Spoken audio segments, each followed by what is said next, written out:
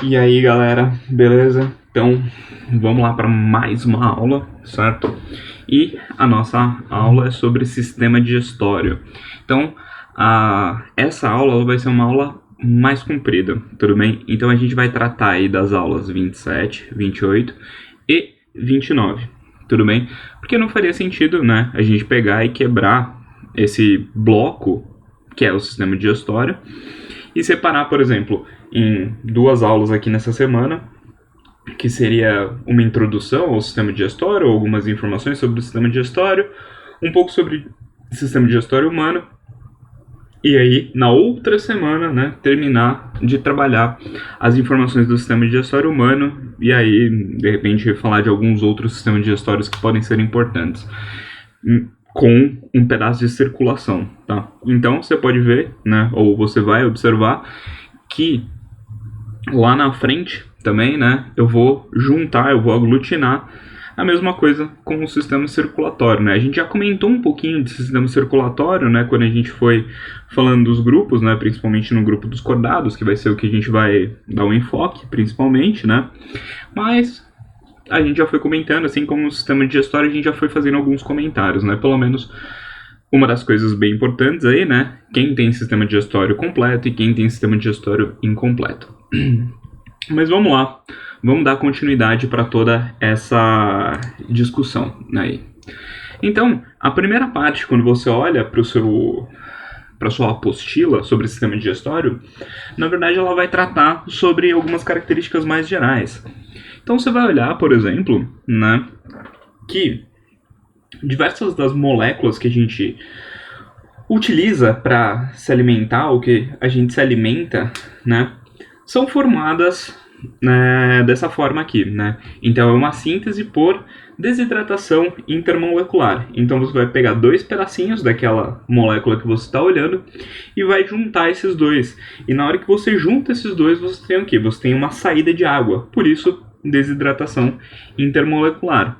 Isso vai acontecer, por exemplo, na formação de carboidratos grandes, como por exemplo amido ou de repente glicogênio, mas isso também acontece na síntese de proteínas.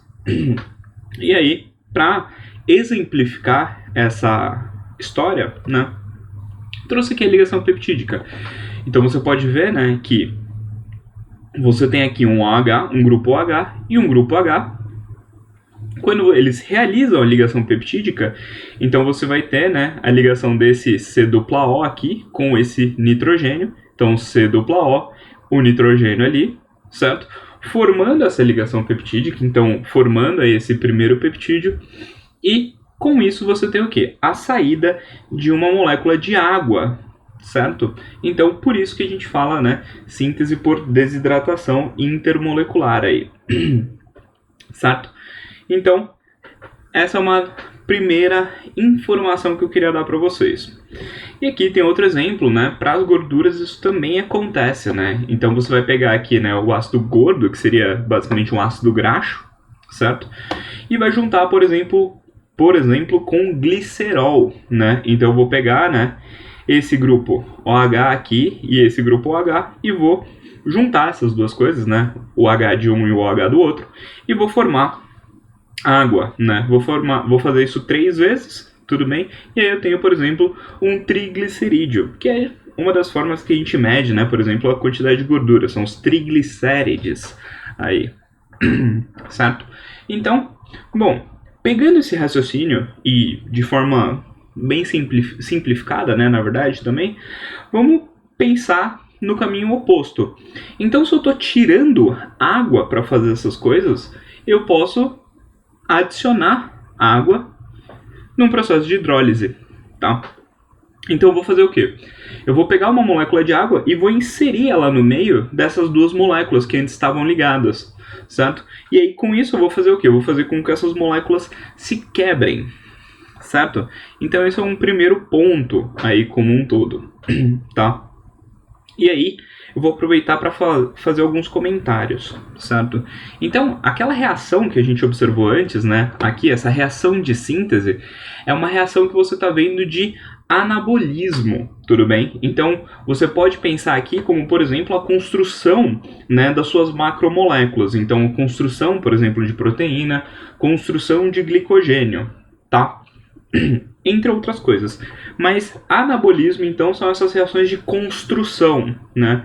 Então, um fisiculturista, né, um bodybuilder, ele usa anabolizantes justamente para fazer o quê? Para ficar maior, para crescer mais, para construir mais, tudo bem?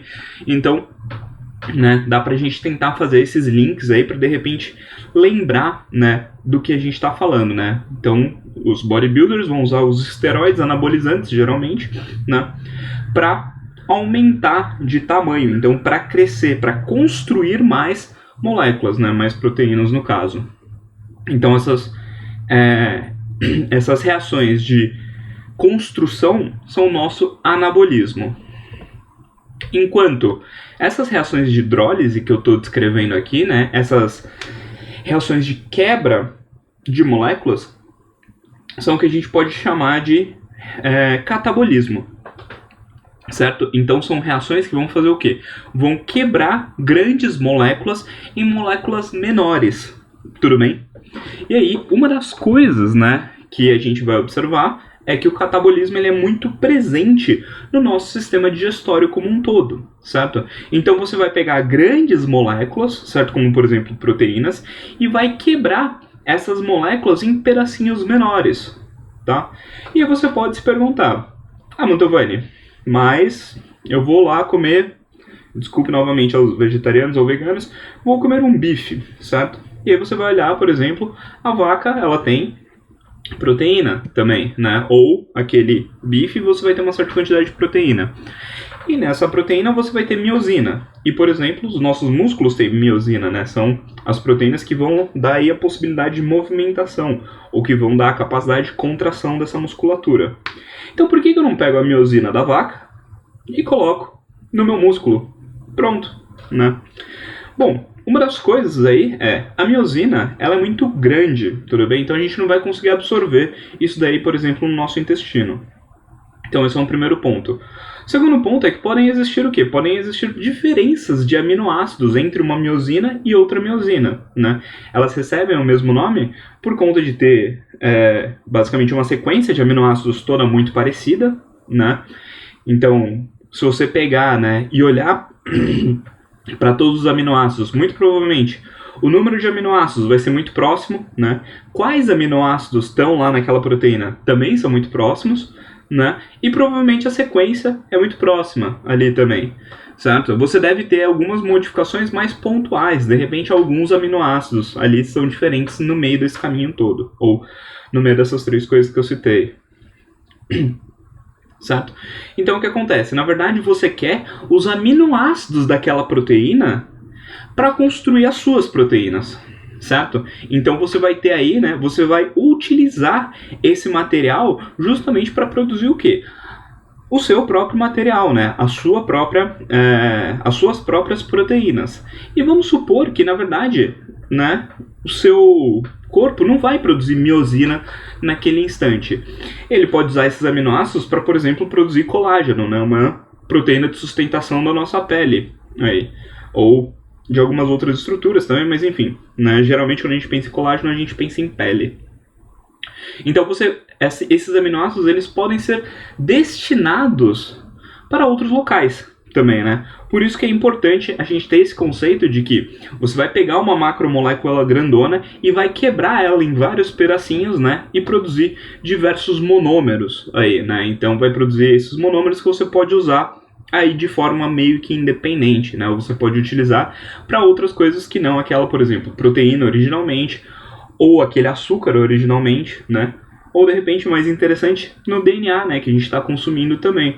Porque imagina só eu ter que fazer um monte de DNA de alface ou de vaca. Provavelmente geraria alguns problemas aí, né? Então eu não conseguiria gerar minhas proteínas e isso poderiam gerar alguns problemas, certo?